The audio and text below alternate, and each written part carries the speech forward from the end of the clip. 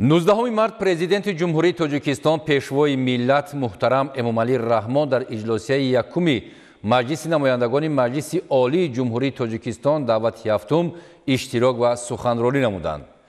Кори иҷлосияи якуми Маҷлиси намояндагони Маҷлиси олии ҷумҳурии Тоҷикистон бо ҳайати нави вакилони мардумӣ, ки рӯзи 2 марти соли равон интихоб шуданд, аз ҷониби вакилӣ аз ҳама калонсол раиси ҳизби аграрии Тоҷикистон Рустам Латифзода кушода эълон гардид. Дар оғози иҷлосия суруди миллии ҷумҳурии Тоҷикистон садо дод. Аз ҷониби вакилони регламент тасдиқ, тартиби баргузории иҷлосия ва инъикоси ҷараёни кори иҷлосияҳои Маҷлиси намояндагони Маҷлиси олии ҷумҳурии Тоҷикистон дар воситаҳои ахбори омма муайян шуда, комиссияи муваққатӣ ба ҳисобгирии овозҳо оид ба интихоби роҳбарони сохторҳои Маҷлиси намояндагони Маҷлиси олии ҷумҳурии Тоҷикистон интихоб карда шуд. Сипас тариқи овоздиҳии пинҳонӣ ба мақоми раиси Маҷлиси намояндагони Маҷлиси олии ҷумҳурии Тоҷикистон бо овози ҳамаи вакилон вакил аз ҳавзаи интихоботии Рашт рақами 12 Идизода Файзалӣ интихоб карда шуд. пас аз ин котиботи иҷлосия муовини якум ва муовинони раиси Маҷлиси намояндагон тавассути воситаҳои овоздиҳии электронӣ интихоб карда шуданд. ба вазифаи муовини якуми раиси Маҷлиси намояндагони Маҷлиси олии ҷумҳурии Тоҷикистон вакил аз ҳавзаи ягонаи умуми ҷумҳуриявӣ Шермуҳаммад Шоҳиён ва муовинҳои раиси Маҷлиси намояндагони Маҷлиси олии ҷумҳурии Тоҷикистон вакил аз ҳавзаи интихоботии Хуҷанд рақами 13 Мавсума Муинӣ ва вакил аз ҳавзаи интихоботии рақами 41 Хорух Гиёзода Азиз интихоб гардиданд.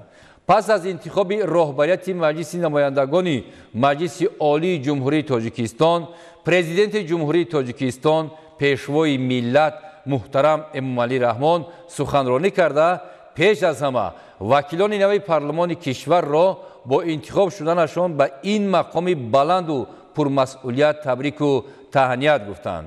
таъкид гардид, ки вакилон бояд тамоми кӯшишу талош ва донишу таҷрибаи худро ба он равона созанд, ки ба эътимоди мардуми кишвар сазовор бошанд. роҳбари давлат аз натиҷаҳои интихобот, ки рӯзи 2 марти соли ҷорӣ дар фазои озоду демократӣ ва шаффоф баргузор гардид, изҳори қаноатмандӣ намуданд. аз вакилон талаб карда шуд, ки барои амалӣ кардани барномаи пеш аз интихоботии худ саъю талош намоянд, зимни қабули қонунҳо ва ҳалли дигар масъалаҳо манфиати ҷомеа, давлат ва шаҳрвандонро меҳвари фаъолияти хеш қарор диҳанд. инчунин барои рушди устувори иқтисодиву иҷтимоии кишвар ва болоравии сатҳи некуаҳволии сокинони мамлакат содиқона кӯшиш намоянд.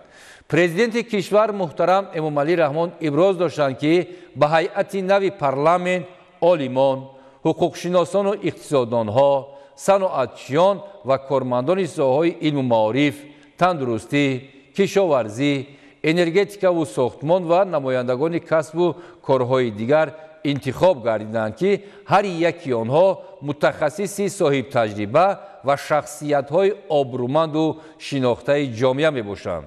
аз ҷумла таъкид шуд, ки ба ҳайати парламенти давлати нав 8 нафар бонвон интихоб шуданд ва ин шумора аз вакилони даъвати гузашта 4 нафар зиёд буда, аз иштироки фаъоли онҳо дар корҳои давлативу ҷамъиятӣ ва баланд гардидани мақоми зан дар ҷомеа дарак медиҳад.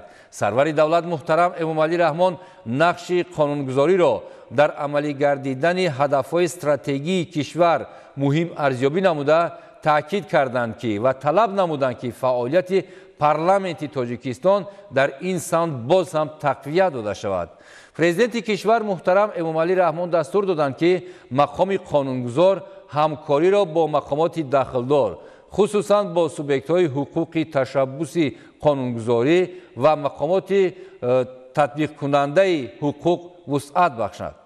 роҳбари давлат муҳтарам Эмомалӣ Раҳмон оид ба аҳамияту афзалияти қабули барномаву стратегияҳо андешаронӣ намуда, зарур шумурданд, ки барои иҷрои босифату саривақтии стратегияи миллии рушди кишвар барои давраи то соли 2030 тамоми захира ва имкониятҳо сафарбар карда шаванд.